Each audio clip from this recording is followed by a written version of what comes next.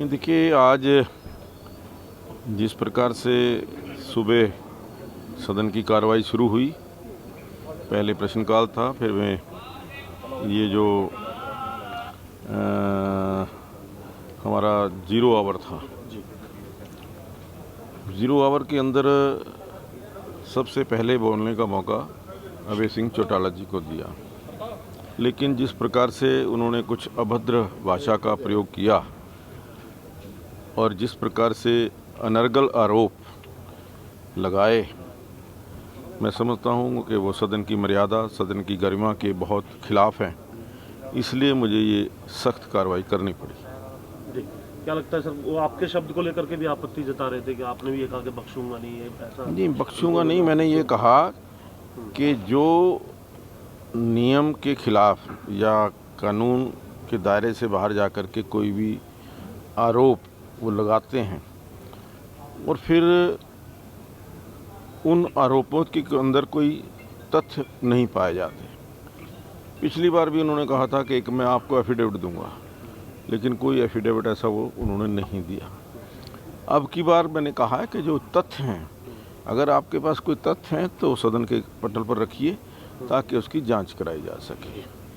और उसके पश्चात जो डिप्टी सीएम के साथ उनका जो व्यवहार रहा, मैं समझता हूं कि वो सदन की मर्यादा के लिए ठीक नहीं था। स्पीकर साहब, उसके बाद प्रिविलेज मोशन लेके आए हैं, जो कार्रवाई की बात विशेषाधिकार हनन समिति को मामला भेजा है, किस तरीके से अप्रूवल? देखिए, जो भी नियम कानून है, वो जो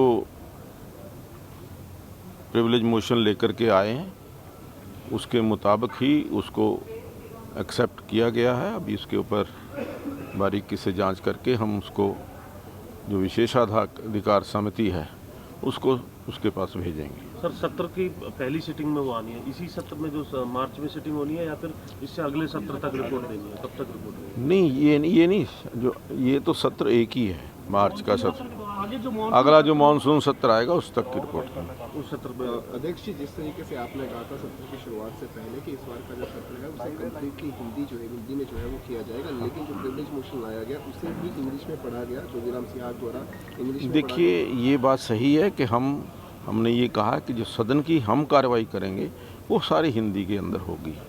अगर कोई बाहर से कोई पत्र आता है इंग्लिश के अंदर तो हमें एज इट इज़ ही उसको सदन की टेबल पर रखना पड़ेगा। तो हमने उसी ढंग से जो प्रस्ताव आया उसी को उसी रूप में सदन की मेज पर रखा है। अभय चौटाला कब तक नेम रहेंगे सर, कब तक नहीं आने? 2 दिन के लिए उनको, आज और कल उनको जो है वो सदन से बाहर रहेंगे।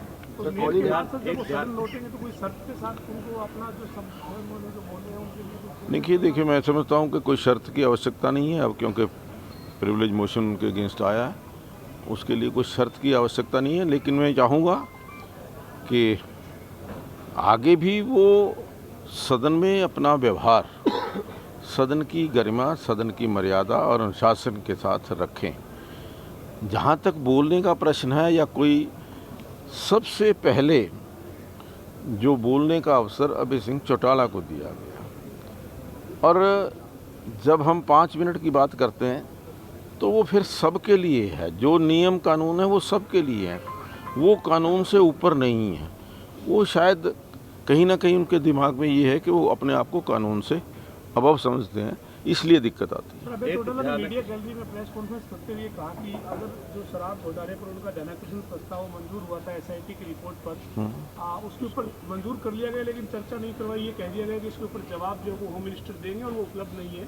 ऐसे में जब अन्य मुद्दों पर भी जवाब जो संबंधित मंत्री नहीं होने पे और मंत्री दे सकते हैं, तो आज फिर ऐसी क्या शर्त जो है वो आड़े आ गई कि उनका प्रस्ताव था उसमें चर्चा नहीं करवाई गई? देखिए, कॉल अटेंशन और प्रश्न के अंदर बड़ा फर्क है। प्रश्न का जो जवाब देना है और जो कॉल अटेंशन के ऊपर चर्चा है, कॉल अटेंशन के ऊपर जो मंत्री जिस महकमे के हैं, जिन महकमे की एसआईटी गठित थी, वो ही जवाब देंगे, क्योंकि असली तथ्यों की जानकारी उनको ही रहती है। जो दूसरा मंत्री को जवाब देता है, प्रश्न का उत्तर तो लिखित रूप में है, वो दे सकता है, लेकिन कुछ और जानकारी यदि बात वहाँ से निकलती है तो अच्छा, मैं तो समझता हूँ कि इसमें अच्छा होगा कि अगर कोई भी कॉल अटेंशन मोशन उनका लगा है तो उसकी कॉल अटेंशन मोशन की जो रिप्लाई है वो पूरा उनको मिलना चाहिए। कल के दिन के सर क्या कुछ रहने वाला है? कल कॉलिंग अटेंशन लगाए जाएंगे, लिए जाएंगे, नहीं लिए जाएंगे? देखिए, कॉल अटेंशन कल का जो बिजनेस है उसके अंदर सबसे पहले तो जैसा हमारा प्रश्न काल होता है, उसके पश्चात 0 आवर होता है, उसके बाद एक कॉल अटेंशन है जो हरियाणा प्रदेश में 4 मंजिला मकानों को लेकर के कुछ हमारे माननीय सदस्यों ने दिया है कि जो पंचकूला, गुड़गांव, फरीदाबाद के अंदर जो स्टिल्ट पार्क को लेकर के 4 मंजिल अलाउ किए हैं उसके ऊपर कॉल अटेंशन मोशन आया, उसके बाद वो है। और उसके पश्चात जो बजट का ये जो अभिभाषण के ऊपर चर्चा है वो जारी होगी और अंत में आदरणीय मुख्यमंत्री जी चर्चा का जवाब देंगे।